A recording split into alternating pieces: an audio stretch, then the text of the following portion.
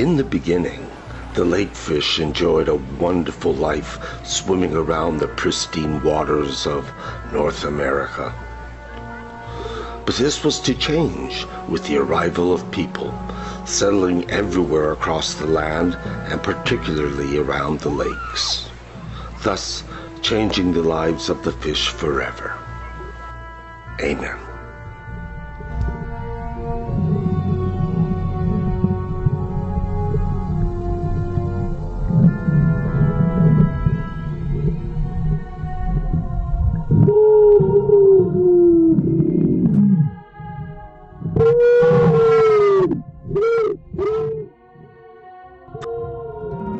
Hello there. Welcome to my Fishy Friends. Now, I've been friends with the wild fish in a few of the lakes in the Laurentians for the last 10 years. And I have a collection of smallmouth bass and sunfish who are all just tremendously friendly, and they swim with me and I feed them, and it's just quite a marvelous relationship. And a whole number of people found out about it.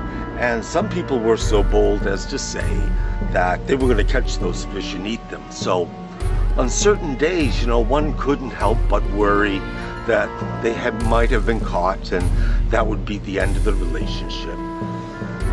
But I had a good friend there who was every day at the beach like we were. Hello, Algis.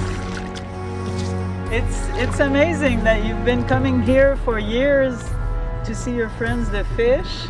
They wait for you all winter, and in springtime you call them, they show up, you cuddle them, you pet them, you give them love. You can even hold them in your hands, so it's quite incredible that, and it's a great lesson for the people around here to realize that we're in communion with nature, and that nature is a part of us and we're a part of nature too. So I really admire everything you do. Bless you, Algis, for the fish. Thank you so much. Bye bye. Beautiful.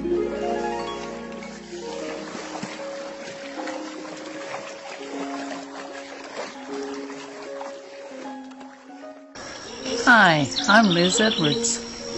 I moved to the Laurentian Mountains in 1990 with my 2 children.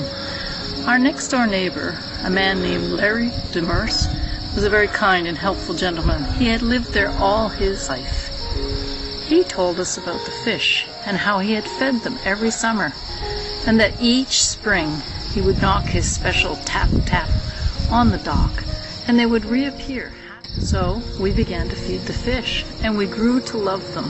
One day, Algis and Byron moved in next door, and so we brought them to feed the fish.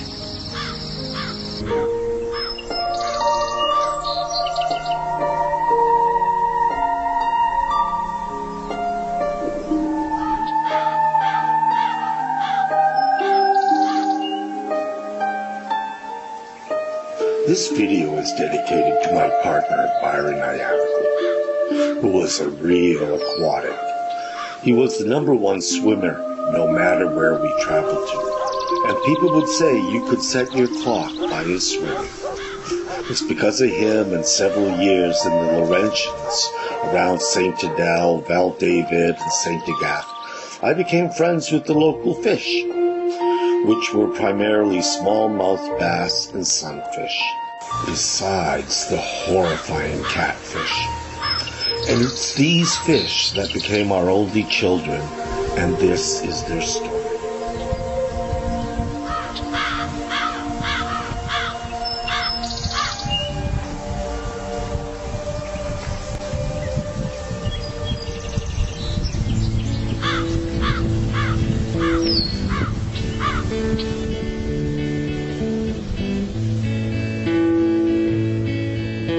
My husband, Byron Ayanoglu, taught me to love our oceans, lakes, and rivers during our time together. Watching the fish, wild and free. The sunfish, the parrotfish, a fish from Portugal that got trapped here during the melting of the Ice Age. Like diamonds in the sea. Now this smallmouth bass here I've called Claude Monet, and I have known him for 7 Did you know years. that they can feel the pain? It's a fantastic, wonderful relationship Did where you we know both that learn they from each can other. feel shame? Believe it or not, this is one of my signals to my fish. Guess what? It's the eve of my birthday. Hello there. Sure, it's my birthday, but I'm jumping forward now to 9 months later than shooting this scene. And what I have found is that with a lot of my underwater footage, there's a certain sound that's taking place there when the fish are amongst me. And I think it's communication between the fish themselves, that fish actually make a series of sounds and that communicate their feelings and their thoughts of the idea. And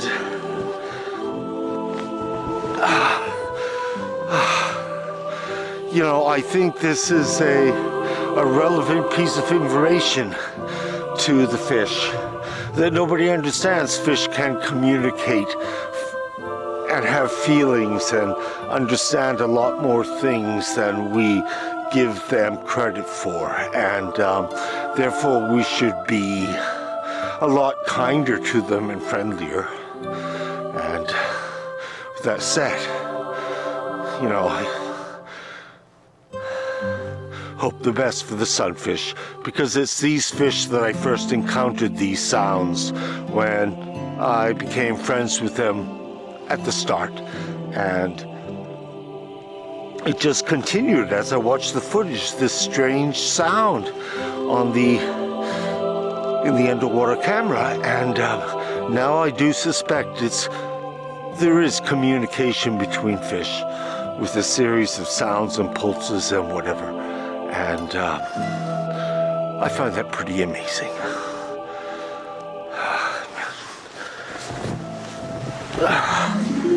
Along the way, I decided I wanted to do something extra, so I decided to have the fish allow me to touch them before I actually fed them, and that worked out pretty well. And then soon after, I decided to imitate my friend Larry Demers and make a beat when I fed the fish, something that I could repeat over time. And that beat was the hockey beat, which was dun dun dun dun dun dun dun dun dun dun dun dun dun. So I did that, and I didn't think much of it, but I did it for a couple of summers, and then I moved back to Montreal and didn't go much up to the Laurentians for about 5 years, until some friends came and wanted to visit the area. So we went up there and went back to where Larry used to live, and I thought, you know, I told them I used to be friends with the wild fish here, and they didn't quite believe me, but I decided for, again, the halibut, that I would bang some rocks together in that manner which I had and see what happened. And miraculously, within a couple minutes, 2 bass about this size showed up and immediately caught eyes with me. And I couldn't believe it. You know, fish have a 5-year memory. So it started me off doing something with fish all over the world and in a variety of places. And I just think that's such a good thing.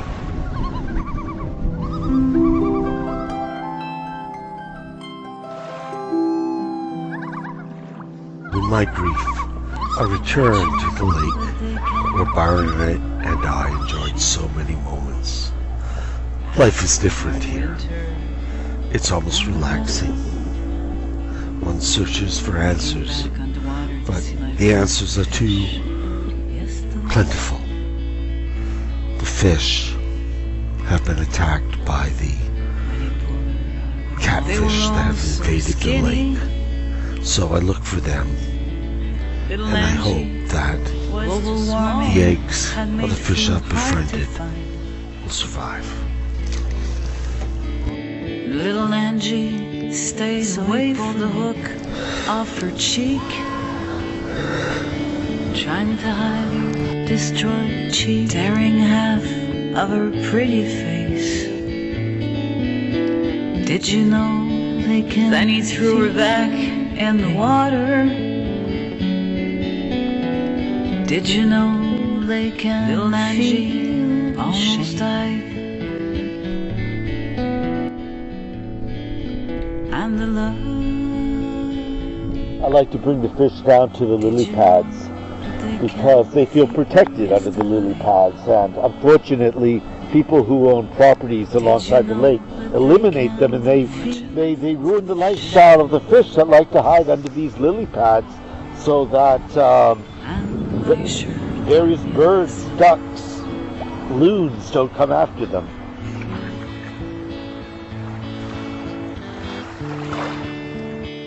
Even if you're tiny and small, you might have the greatest heart of all of life comes from the water. There are water gods everywhere, from India to Thailand to Middle East, Northern Ireland to South America, to even here among our natives. Signs of waves and fish can be found. And the love.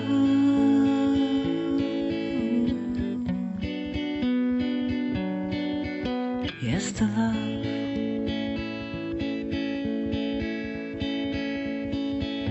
From watching my friends to fish,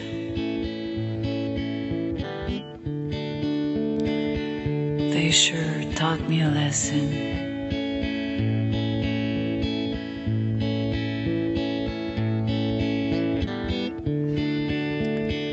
Even if you're tiny and small,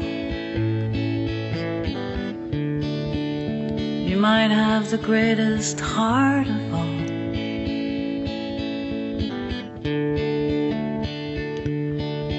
You can feel,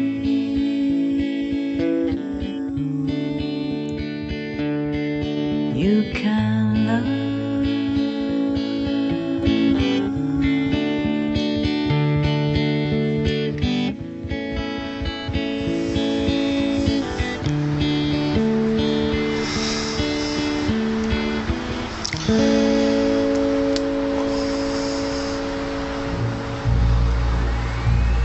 When you're underwater in a lake trying to take pictures of fish, you're not allowed to touch anything. If you stir against any plant or the bottom of the lake or a big rock in the lake, it will just fill the whole area immediately with tons of filament and making it unsightly to even try to photograph it. So many of the pictures you take, you have to kind of jettison yourself off a little bit safely and see where the fish are and just slowly glide in. Take as many pictures as you can without disturbing anything, and the rule of thumb for me is about 350 pictures gets you 1, 2, or 3. I've never gotten more than that. It's so frustrating. Here in the deep, the catfish are on the prowl.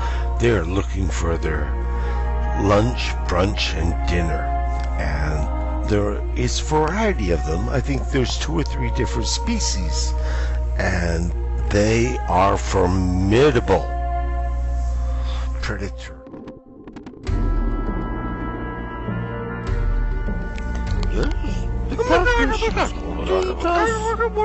The catfish are going to eat us. This is all you catfish are eating us. What we're going to do? I want to get everyone out of the shallow area of the lake. Here is a wonderful sunfish nest. This is where they lay their eggs, and they are configured in a manner that all others copy. A lot of gray rocks and a few white rocks. Now this whole story would have never occurred if it wasn't for Liz Edwards, who's going here to make her homage to the lake. She taught me how to feed fish, and I just expanded it from there.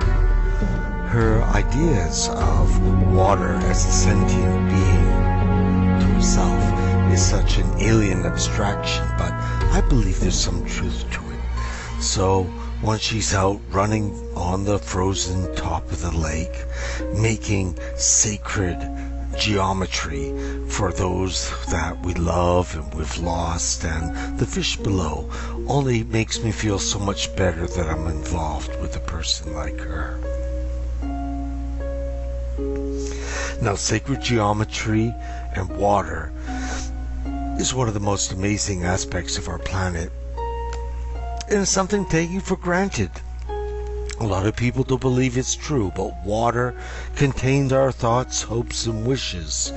And to actually go out and physically make sacred geometry on a lake top can only benefit all those sentient creatures that rely on the sacred subject, such as water, as ourselves. So Liz runs on and encourages me, and I have furthered her original teachings up to the point where I touch and cuddle the fish.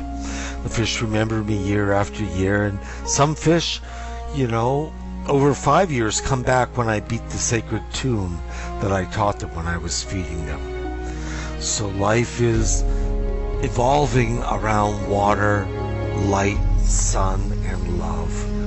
Masaru Emoto, a Japanese author of The Hidden Messages of Water, believed that human consciousness could affect the very molecule structure of water.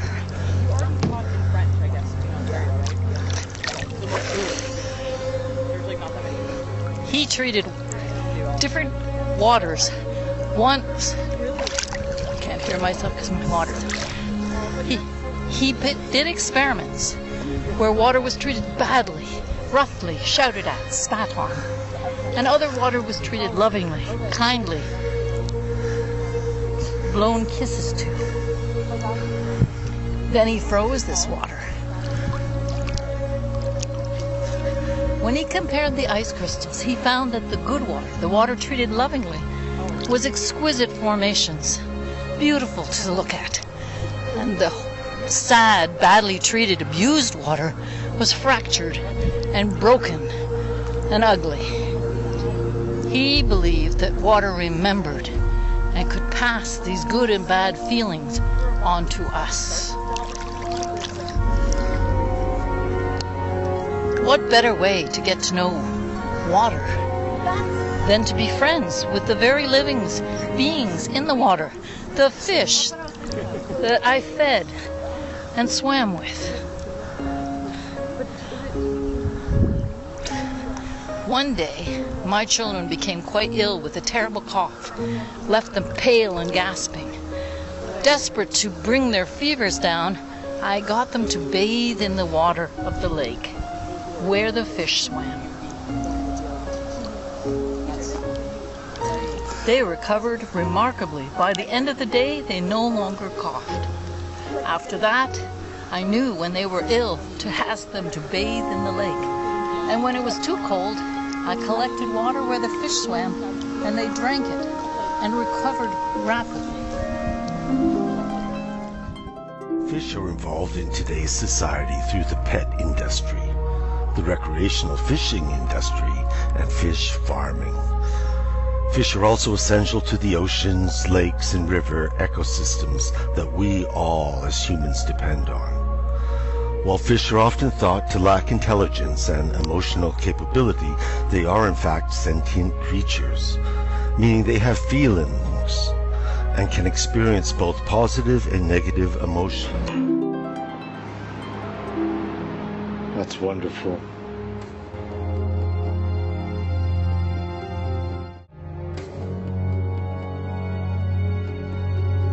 So being emotionally inclined, when the sunfish witness vast amounts of the smaller sunfish disappearing by being eaten by the catfish, they live in fear. Contrary to popular belief, fish do have great memories. Some species of fish can recognize and remember humans that give them food rewards, which I've been doing for 7 years.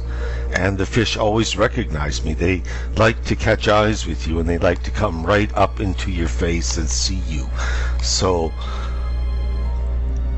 the fish that are friends with you can identify you, and you create a bond between each other. Fish can also remember musical tunes. One group of researchers fed their fish while playing a specific song before releasing them into the wild. 5 months later, the fish returned when the song was played at sea. Now, being friends with any kind of fish is such a beneficial, therapeutic thing for your heart, mind, and soul. And I've maintained mine with the bass and the sunfish, but the sunfish, which did come from Portugal, is a fish that grows about as big as a Volkswagen Beetle. And if you were to have a fish tank, which is another form of therapy that helps everyone from young kids to older adults with various ailments, that the fish offer you a ability to heal various aspects of your soul and your abilities just by simply watching them and caring for them. And it is probably one of the best things you can do for yourself, and is a very inexpensive hobby. So if you can't swim with the fish, you can certainly watch them here. It has become known that fish will avoid situations they know to cause them pain, and will seek out experiences with rewards.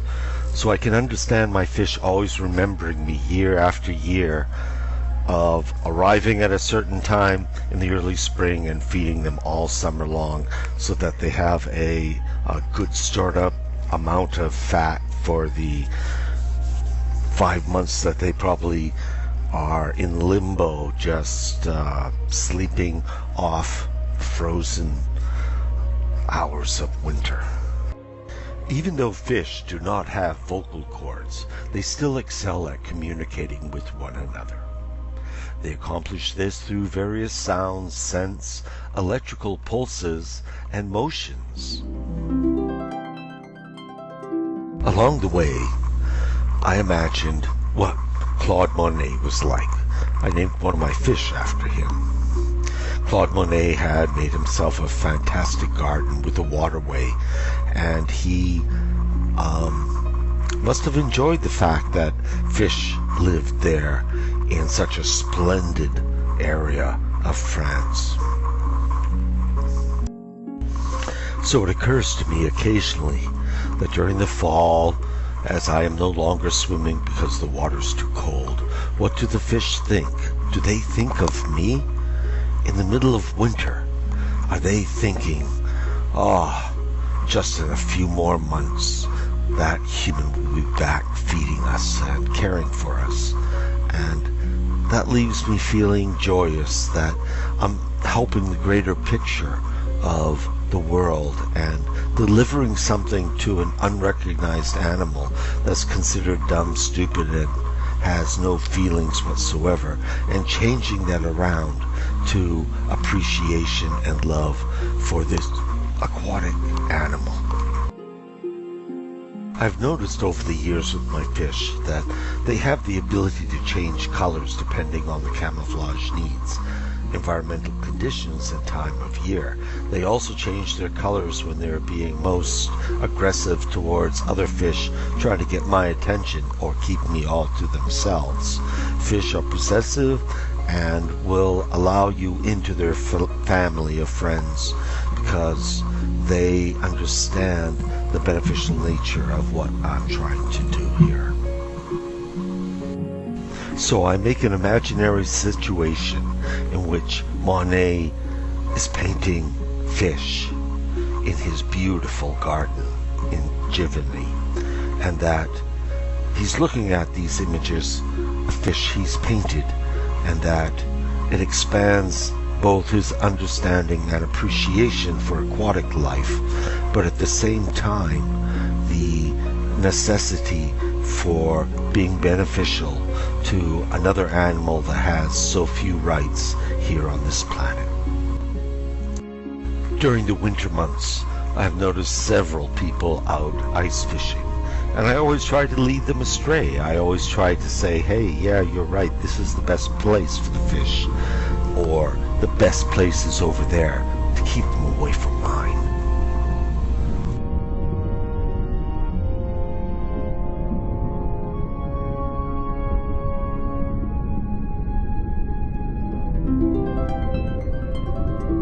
Much of this movie is because of my lover, who was a real aquatic gentleman, a man who loved all bodies of water. And it was through him that I found the time to become friends with the fish and to share and try to help and make their lives a little bit better because of one movie from Star Trek where they saved the whales. So I figured this could happen with small fish as well.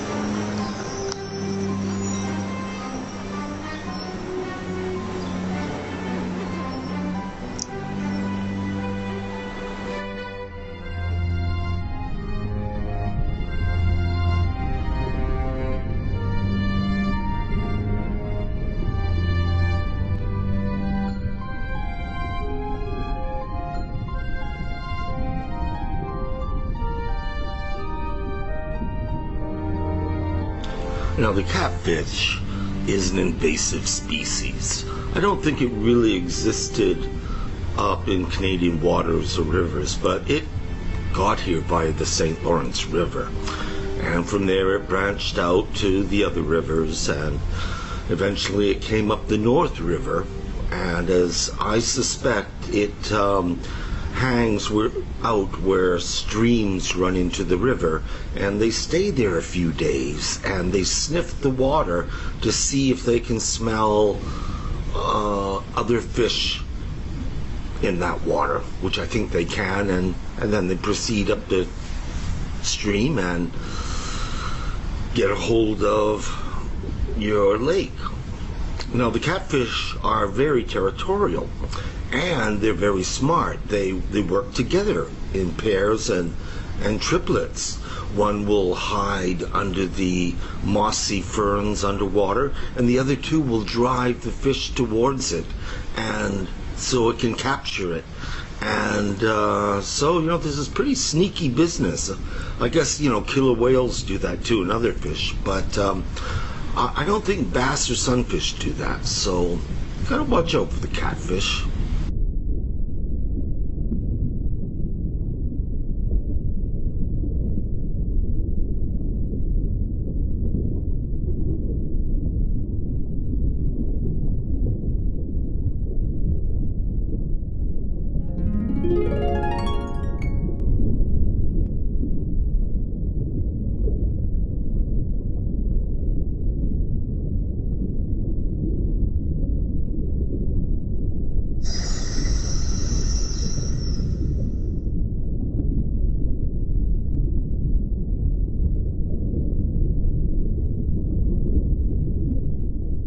I usually don't come this time in the morning, but today I'm coming early to see if my fish are waiting.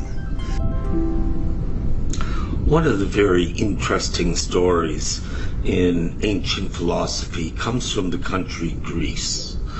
And this story pertains to that once upon a time, the most prestigious thing you could bring to someone you were trying to impress was to bring an eel. Now, the eel was considered special because it could both live on land and in the water. And if you were to bring a gift to someone, the most awesome thing was bringing an eel for them to eat. Now, it was considered, a big delicacy, and the Japanese eat it as well. Now, is eel a fish? Not really, but it's in between fish and a snake, I suppose. But who would have thought that? Eel was once the most prestigious food to give to someone. And one bright summer day, little Nicky went fishing. It is often said that the best way to learn something is to teach a man to fish. In other words, it's better to learn how to do something so that you can do it again in the future, rather than simply having someone else do it for you. Hi, I'm Danny Cote. I'm a fisherman by passion. I've been fishing since I was about 5 years old. It's not true that the barbels are electrified. What it does is the barbels only act like radars. So they detect the food in the mud and the bottom of the lakes. To catch them with your hands or your feet, what you do is, it's called noodling. You put your hand in the hole and they're going to bite you. So if you do noodling with the barbu, be careful, because they can pull you in the hole and you're going to drown. If your head is in the water when she bites you, it's dangerous. Don't do this alone. You got to do this in a teamwork, so somebody can pull you out too, you know. Although I've been feeding my fish a variety of things, in the beginning 25 years ago, I was just feeding them corn and spring peas. Now I've evolved to feeding them chicken wieners, chicken hot dogs, you know, the least amount of fat and salt, and it gives them protein so that they're able to repair their bodies at a time when there isn't a superfluous amount of insects to be eaten, and fill that aspect of their food chain and life sustenance. I bring my fish out to the setting sun, which is now that far from the beach. But for the most part, most of my fish are here right underneath me. I haven't fed them in 3 days because it's been too cold. But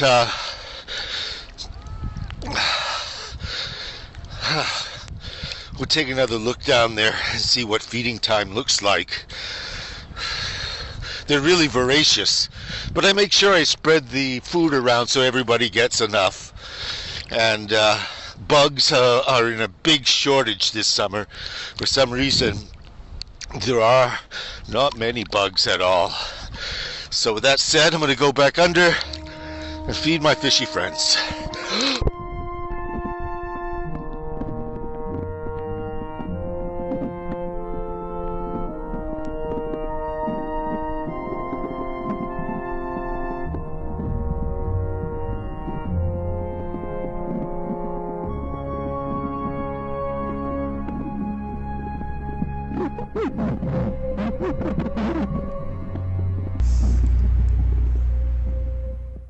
Upon feeding them, it's just marvelous to see how they all compete to get the most of a unexpected treat from a human, of all people.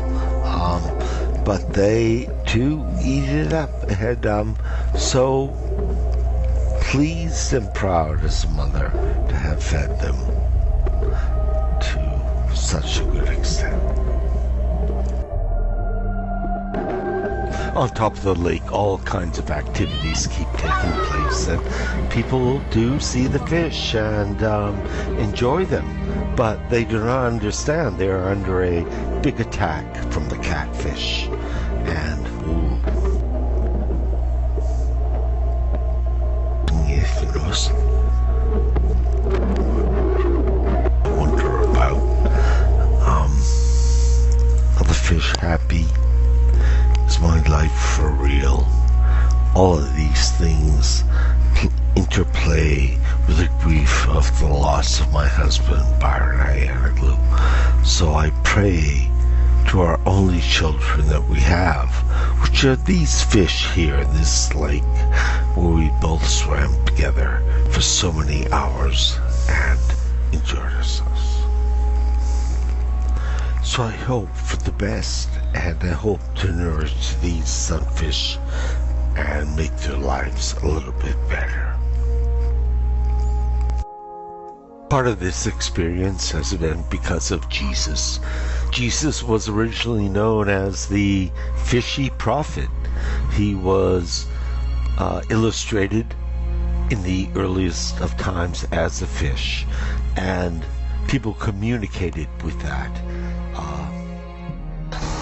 Fish were mainly Christian symbols. Despite being found all over the world, they represented the first 4 letters of Jesus Christ. And ichthys is an antonym for Jesus.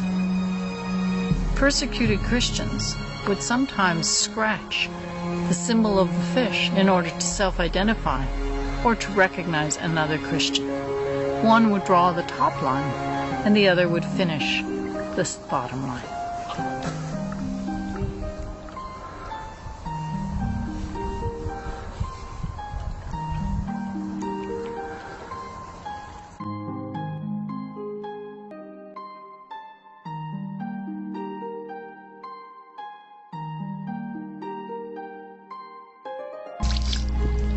You see, what happens here is that most of the fish that exist here in Lac Round have been bought by the city from a few companies that grow fish to sell to townships for their lake. So anyways, these townships grow a variety of fish, trout, bass, and they sell them to the cities, the towns, so they can stock their lake with these fish. But what happens is these fish know nothing about the reality of living in a lake. They grew up in a small dugout, circular trench, and have been fed daily. And there's nothing to question about a life like that. There's no rock formations underwater or plants. So when they get dumped into a lake like this, they just freak out. They don't know what to do. Where's the food? What do you eat? I mean, it's really a pitiful, horrific scenario for the fish themselves. So I spot them and get them to join my club, and I feed them. I primarily was feeding the sunfish to get them big enough so the catfish could not eat them, because the catfish is primarily the diet of the catfish is the sunfish, and that is the blue catfish and the channel catfish that are plentiful all over North America. But it's a pretty scary situation to be let off into this foreign place with other fish that you don't know of, and plants and rocks and people. Because the sunfish is primarily the diet of the catfish, I've noticed over the last several years that the brightly colored, tropical-looking sunfish is changing colors. I think somehow they understand that their brilliant hues are what's causing them to be seen so easily by the catfish and eaten. I've seen whole coves of small sunfish completely devoid of sunfish because the catfish is so formidable. So I see the style and manner of the sunfish has changed. The colors have changed, and they tend to be hanging out in deeper water where the catfish does not hang out. And this is their key to survival, besides their colors changing from brilliant to more bland and commonplace, like the other fish in the lake.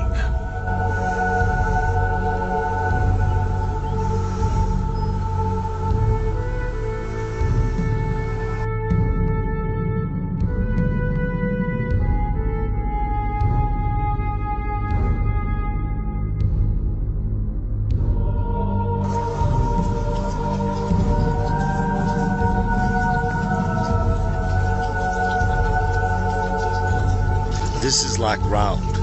Not only do we have a problem with catfish, but someone put their goldfish in here. And,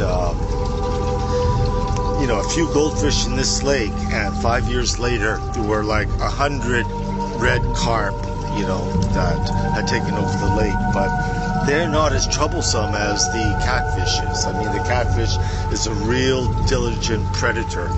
And it not only hunts during the day, but it also hunts during the night.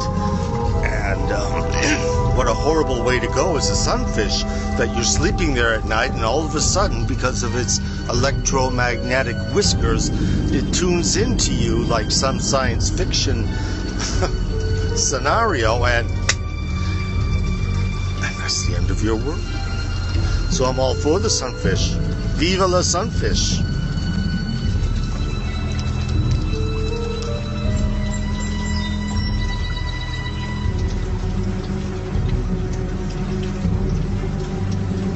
After this film was made, I still went out and shot some footage to make it better. And I went out without my stereotypical purple or yellow swim shirt. And on those days, the fish bit my nipples, bit my earlobes, the ends of my fingers and toes that looked like little bits of chicken wiener. Oh my.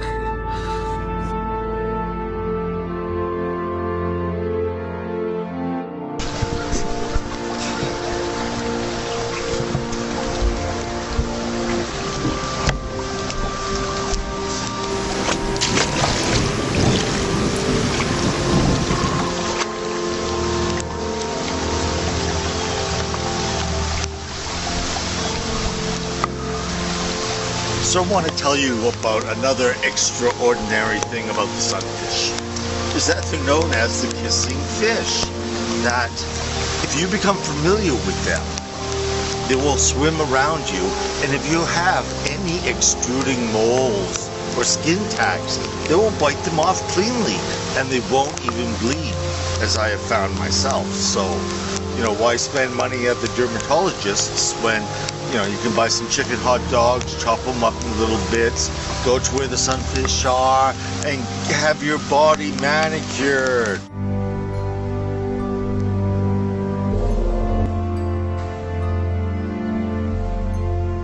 Over the years, I've noticed a lot of problems with the fish and their complexions. I've noticed there's a lot of sores and what looks like malignant growths and things like that, and it's primarily because of us.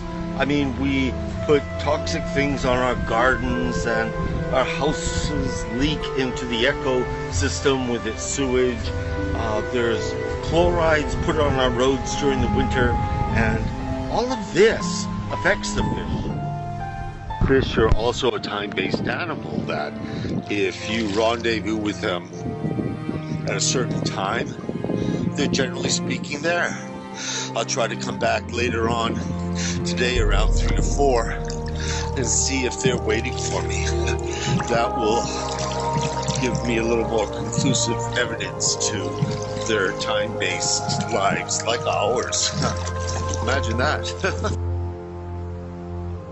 In life, there's something called the fish philosophy. And the fish philosophy is to make your life better. One of them is starting your day with the right attitude. Then it's about making someone's day. Like trying to make someone's day. It's also about being there for others. And the final one is combining all these things together. And the final aspect of the fish philosophy is play. You should play and have a good time. Life is short, and life is so much better if you practice it. So with that said, fish philosophy is the one for me. Thank you. I've been interested in water, fish, and theology since I was a young boy 55 years ago, and It all started from watching a variety of television shows, one called Sea Hunt, the other called Flipper, and Voyage to the Bottom of the Sea. And so we had a cottage on the side of a lake, and all us children would go swimming, but my younger brother Mark always excelled, swam faster, deeper, and I was a little bit jealous of that. No matter how hard I tried, I could never outdo my brother Mark when it came to swimming. Eventually I discovered that my brother Mark had webbed feet, which aided him. It made him so prolific in the water. And it was just amazing.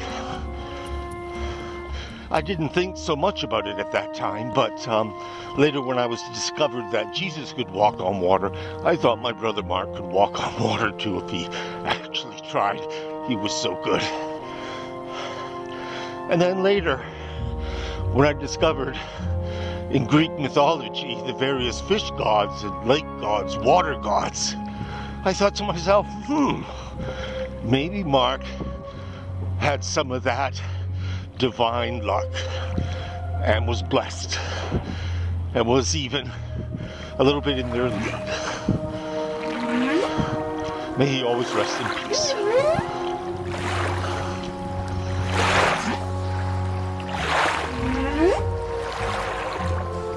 Eventually, I discovered there were a variety of sea gods in Greece, and you might recognize some of them. Poseidon, Aphrodite, Triton. Quite amazing, the collection of their sea gods. So having discovered these water gods from Greece, it always made me wonder, was my brother Mark somehow connected to them? And was he truly a special person? Larry believed he'd been reincarnated. He believed in reincarnation. He had had a past life in Egypt and knew so much about all the Egyptian gods and the mystic principles behind their belief system. He also knew about the fish god, Dagon. So, the Hebrew word for fish is dag-dag, which might have been the foundation of Dagon's name. He was seen as a half of a man and a half of a fish. The priests of the Dagon used to wear a hat that resembled the open mouth of the fish, and to this day, that is what the Pope's hat looks like, an open mouth of a fish. So this is how the impact of Dagon influenced all of us and all of our higher religions.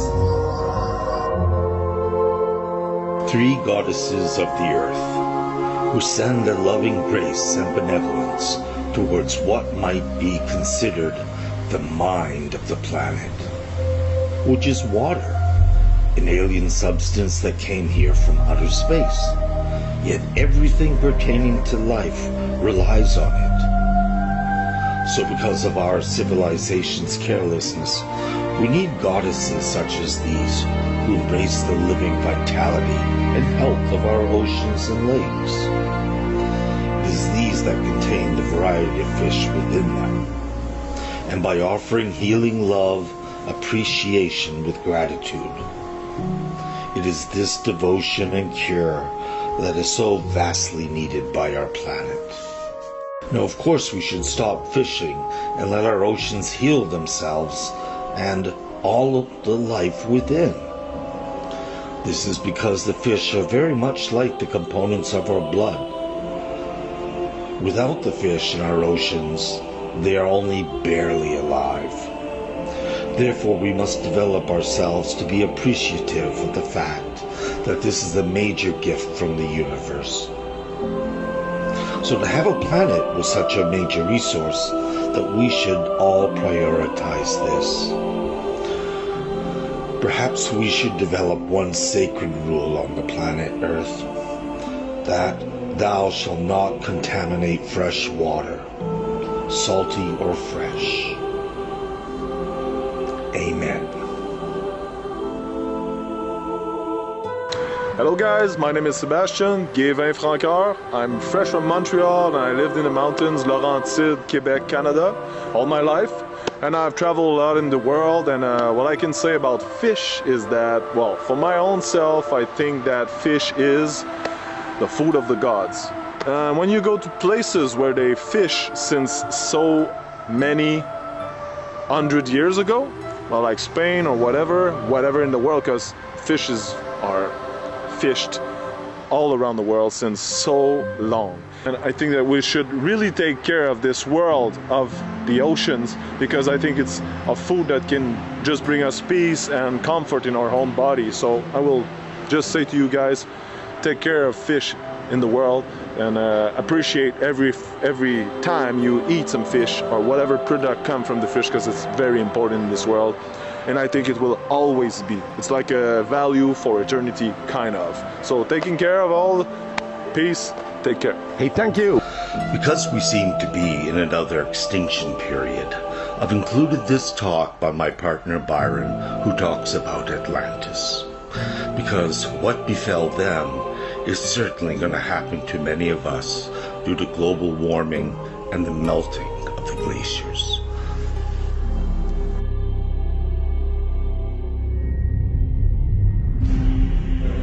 Και έτσι χάθηκε η Ατλάντιδα, όπως έγραψε ο Πλάτων.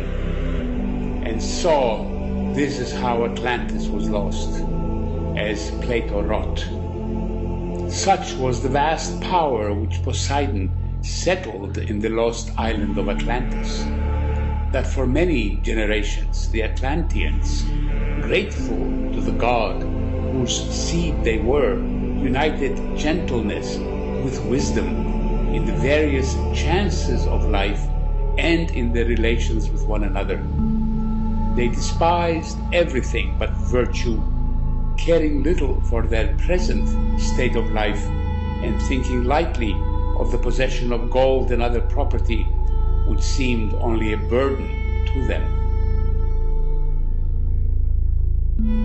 But when the divine portion began to fade away and human nature got the upper hand, they turned to behaving unseemly and no longer espoused virtue, honoring instead the meaningless, two-headed pursuit of wealth and vainglorious power. Zeus, the god of gods who rules according to law and is able to see into such things, perceiving that an honorable race was in a woeful plight, decided to inflict punishment on them. He summoned violent earthquakes and floods, and in a single day and night of misfortune, all your warlike men in a body sank into the earth, and the island of Atlantis in like manner disappeared in the depths of the sea. It's always exciting down here because you never know what you're going to find. Today, I found 3 people fishing in this pond where it's illegal. So I had to tell on them, because if you just look over there, you'll see my fish are just swimming about waiting for me, you know. And today I got the good stuff. I have pure pork sausage that I'm going to feed them, which I have to do very carefully because the guard doesn't want me to really feed these fish, but I feel I have to because the fish are undergoing such a big crisis at this time. This is where my fish hang out, down here, and I've been friends with them for 5 years. They've come back, you know, every year for 5 years, and it's quite amusing.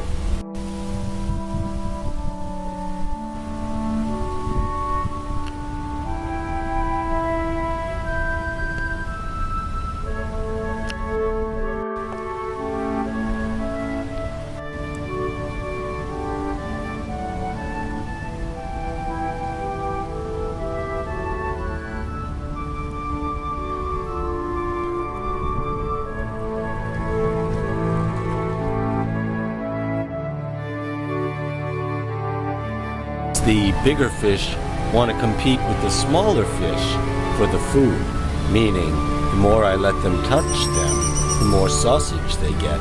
And they do. On occasion, you know, they really let me rub their whole body. One time last year, one was caught with a fish hook, and I complained to the authorities here, and they actually removed the fish hook by the next day, which made me very impressed with this place. So it's a little bit of heaven, and it's a little bit of unorthodox friendship that keeps one marveling at this place. And you might never know that fish could be so dynamic and friendly if you weren't here doing it. Larry told me this interesting thing about octopus is that they have the ability to write their own RNA and DNA and to implement it. Really? They have brains in their tentacles. They have better DNA than us. That's simply amazing. So how many tickles does it take to make an octopus laugh? Why, it takes tentacles.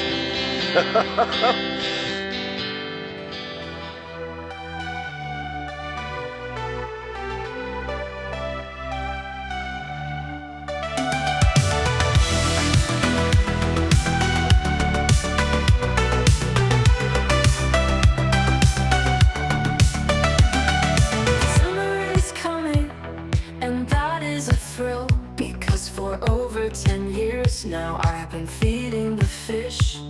They wait for me to come with chicken hot dogs just for them. They appreciated my kindness to the very end.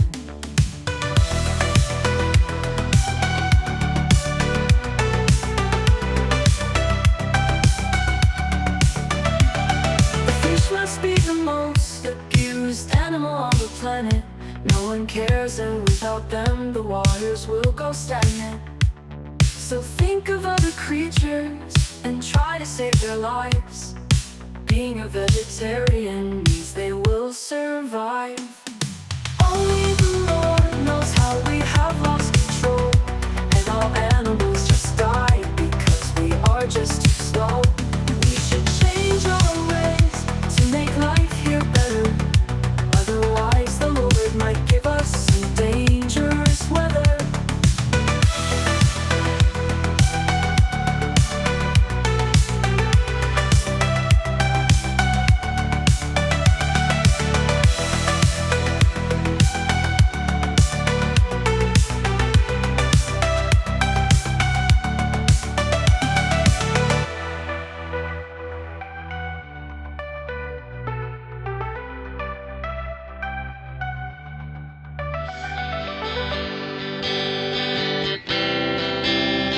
Carried away,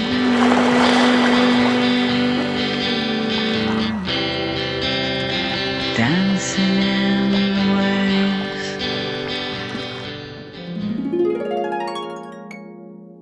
Well, I did it. I arrived at 7, and most of my fish were there. I had about 25 sunfish and 4 smallmouth bass, and they're always waiting for me, and I love them. And I am hoping that as they swim around me, they shed an electromagnetic corrective field on my body.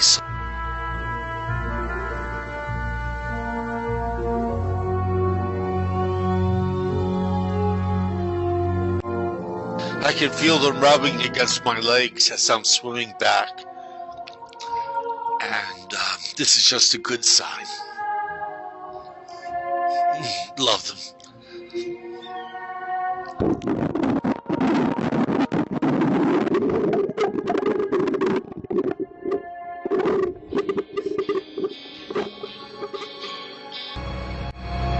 Oh my. The other day I was feeding my fish, and I know the catfish follow me. They know what I'm up to. And I was feeding my fish, and I feel this bite on my leg, and I think, what the heck is that? And when I looked down, it was the catfish. Now, I don't know if that's a warning from it, but as my neighbor tells me, catfish are very territorial, and that must be it. This is their feeding ground now, and they know to follow me. And because wherever I go, food is there, the sunfish for them. So, one has to be so careful being friends with wild fish.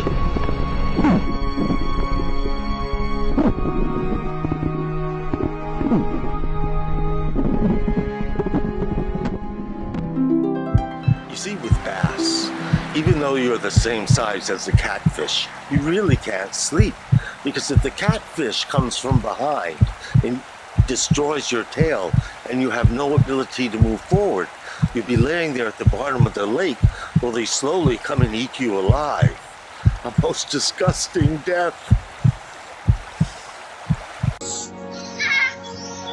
The thing is, fish are sentient beings. They have feelings, they have relationships, they have memories, and they're scaredy cats.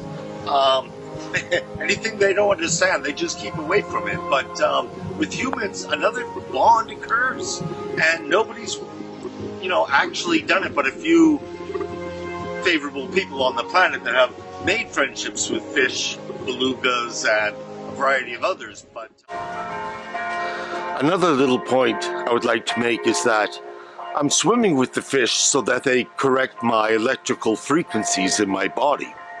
Now, this discovery came after the Cold War, when the Russians had a whole bunch of dolphins that they were training to put landmines on submarines. Now, with the Cold War over, people used to go swimming with those dolphins and find all kinds of miraculous healing properties of swimming with the dolphin. And the dolphin also is an animal that's very high in intelligence and has a vocabulary of about 50 sounds, besides also using morphic resonance. I heard something funny the other day. A person said they thought fish ate seaweed in order to get high. No, of course, I don't want anyone eating my fish, but 3,500 years ago in Egypt, they knew that the omega-3 fats in fish enhanced their pineal gland, which is the third eye of the human being, that which enables you to have religious experiences and knowledge outside the mainstream. Now, in Iceland, they have also found it strengthens your pineal gland, and it also benefits your mood and attitude during the dark winter months. And that was from eating cod, salmon, and sardines. So fish is a major food resource, but it's something we have totally abused, and let's just pray it never runs out. So though Dagon lived 2,500 years ago, imagine he had an offspring, and who could his offspring be? Who would be an amphibious man but Jesus? Jesus, who was known to have webbed feet. And maybe that's why he rode a donkey into the town, because his legs were weak. And maybe that is why he told the disciples to teach a man to fish, so that he would fish forever. And perhaps when he walked on the water, he was walking on the water as a dolphin does. The aspect of all this is that the fish are totally aware that the food is in the plastic bag. And they get excited and actually go into a frenzy once the appearance of the plastic bag is there.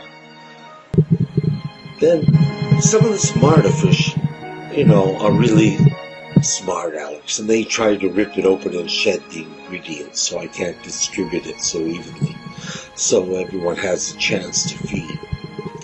Recently, I was away from here for 5 days because the lake was shut down, and my biggest 2 bass are not here today, so I hope someone did not find out and fish them. And I'm glad that I'm here to feed them protein so he can heal. So otherwise, I'm cold, and I should go back under and finish doing this, and hope for the best. Now, regardless of my difficulties with the catfish, upon researching them, I found out in Japan there was a giant catfish called the namazu that lived in the caves underneath Japan. And they discovered that several hours before an earthquake occurred, the catfish became very agitated and predicted the earthquake 80% of the time. So the Japanese were always able to be prepared for the worst possible kind of scenario. So with that said, let's hear it for the giant catfish of Japan.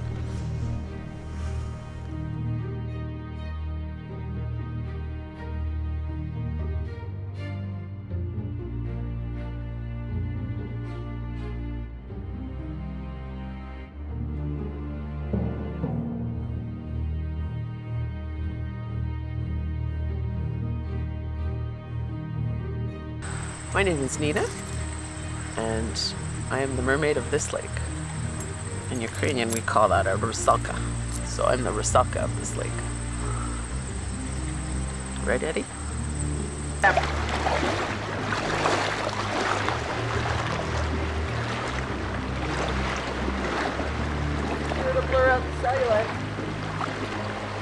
Very long time ago, when I was a little girl, my father went sailing. He liked to go sailing, and he was gone a long time, and a storm blew in, and I was very concerned.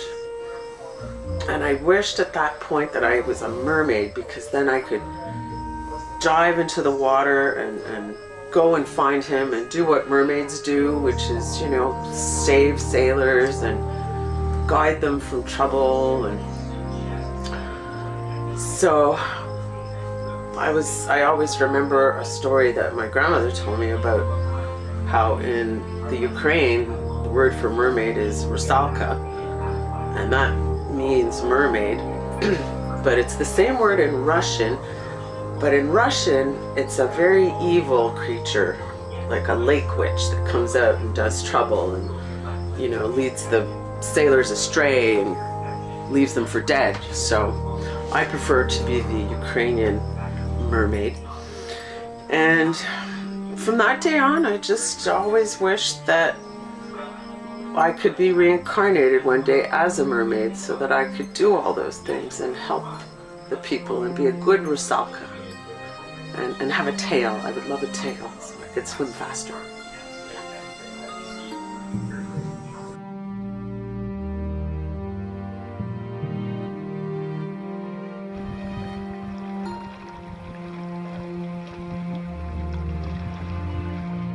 So when you're out in the ocean, what does the sea ever say to you?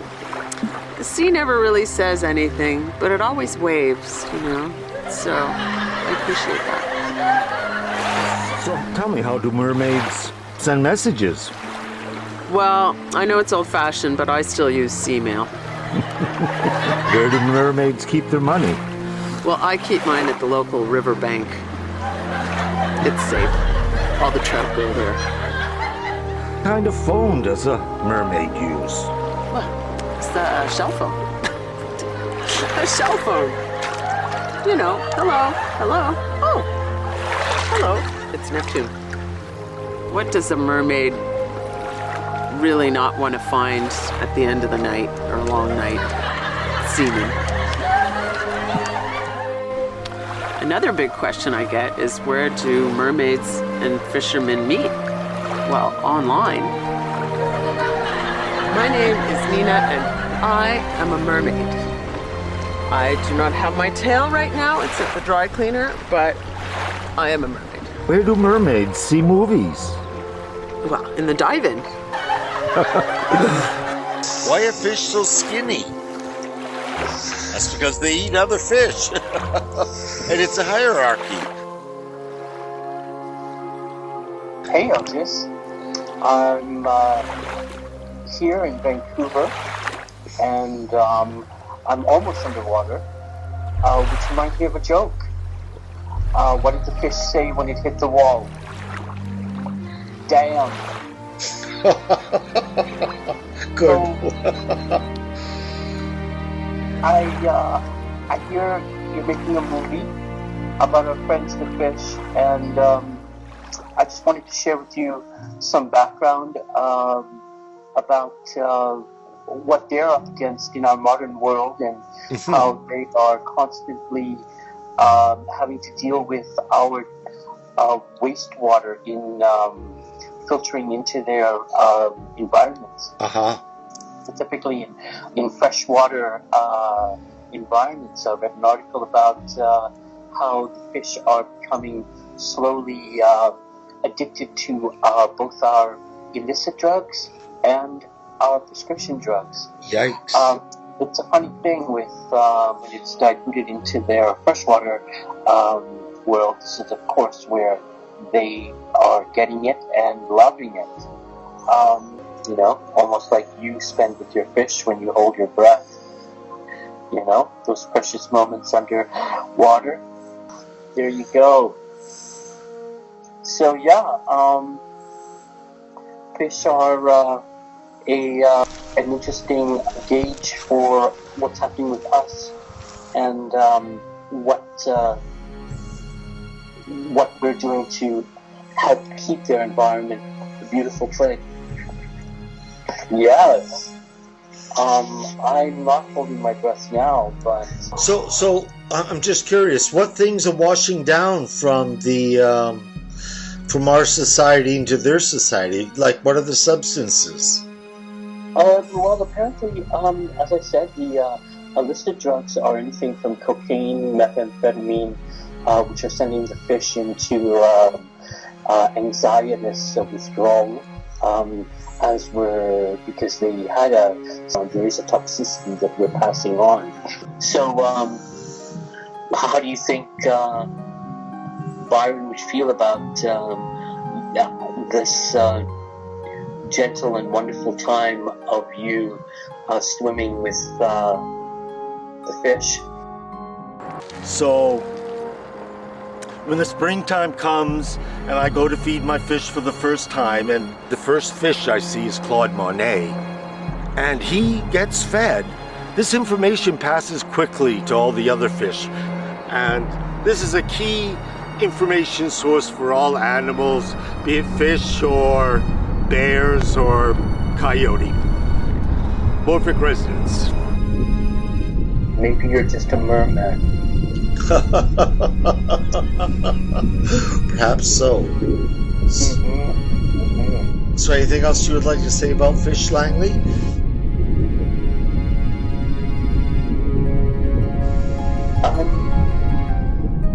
Just that the Vietnamese believe that if you're going to eat a fish, the best part to eat is the tail, because that's where all the energy is. It's the thrust of everything that is fish.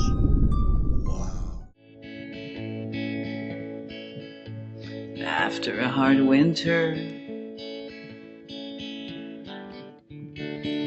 I came back underwater to see my friends, the fish.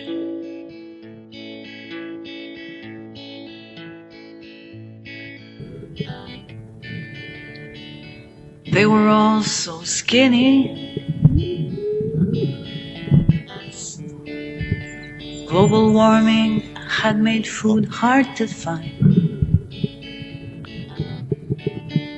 Little Angie stayed away from me,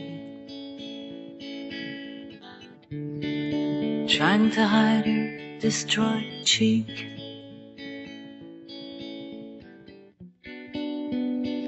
Did you know they can feel pain? Did you know they can feel the shame? And the love.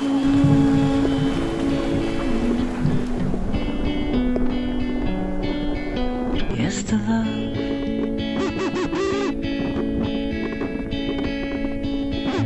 From watching my friends to fish,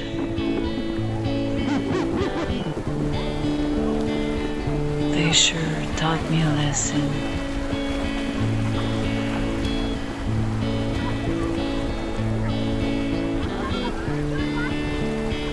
Even if you're tiny and small, You might have the greatest heart.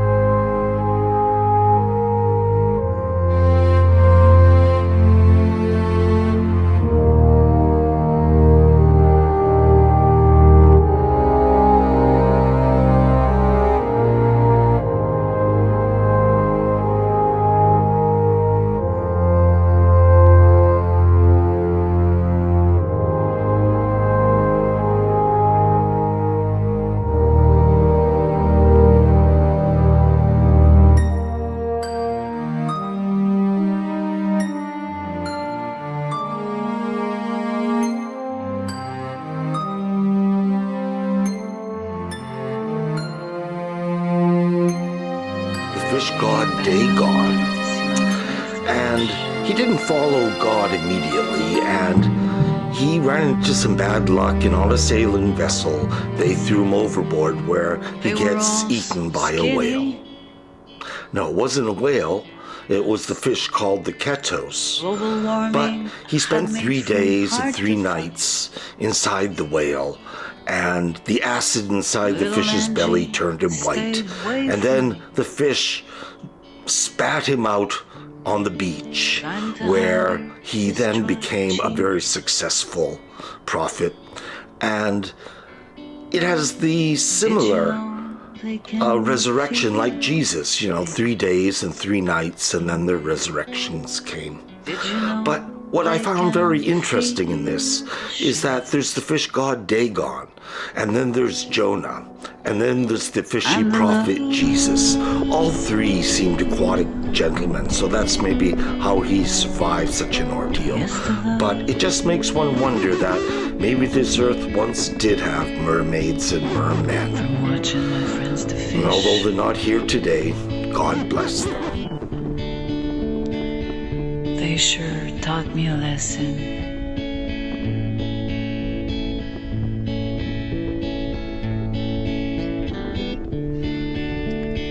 Even if you're tiny and small, you might have the greatest heart of all.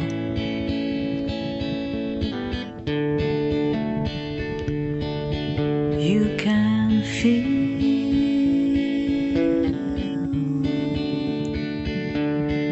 you can love.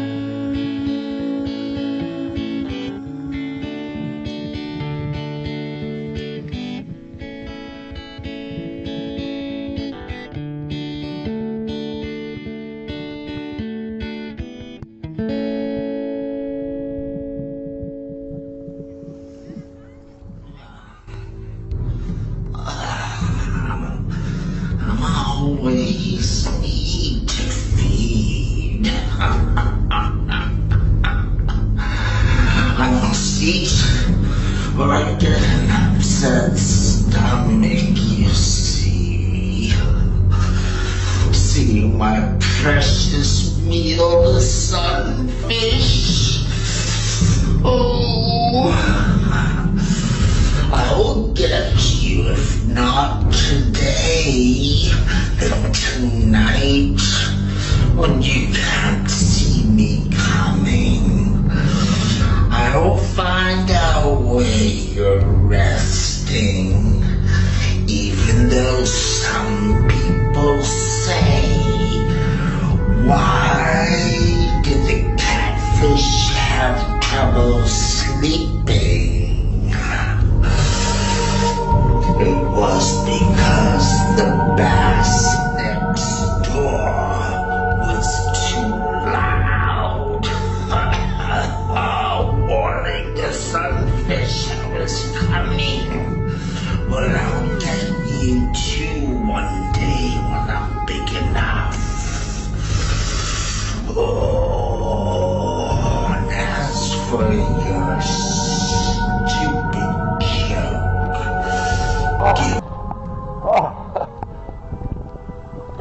You certainly know when the fish know you, because they keep biting the same mold on my leg that they can't seem to bite off because it's not very high.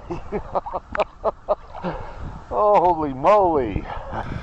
Yesterday while swimming in the lake, I spotted 8 big catfish.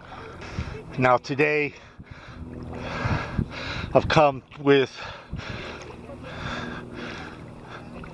chopped chicken kosher hot dogs with green peas and spring corn and carrot.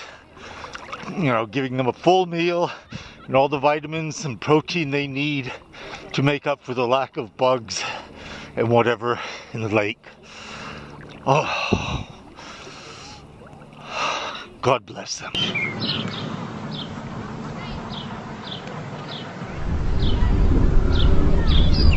Well, oh, everybody's here.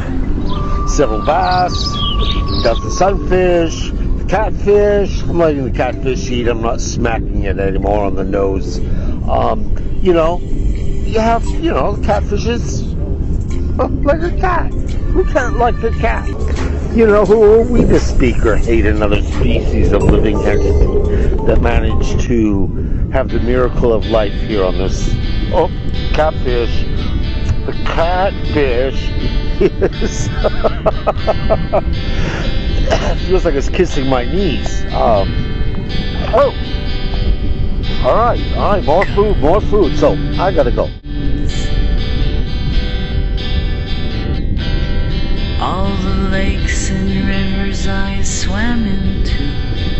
Well, one thing I've noticed over the years is the fact that when you become friends with wild bass, they become possessive.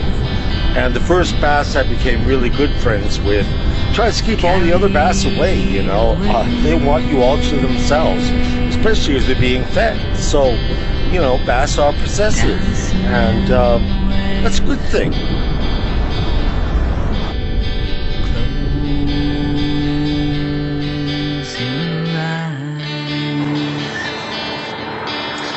The final thing is that it's been several years that I've been collecting this video footage, and over this period of time, thousands of the sunfish have vanished from the lake. It's almost palpable that you can feel a sadness in the other fish, wondering where everyone's disappeared to if they haven't witnessed it themselves. Who knows if they'll survive, but all of life is all trying to survive. So I wish sunfish my best, and I hope the bass stand up for them and protect them, because there's no other fish that can stand up to the catfish in the lake.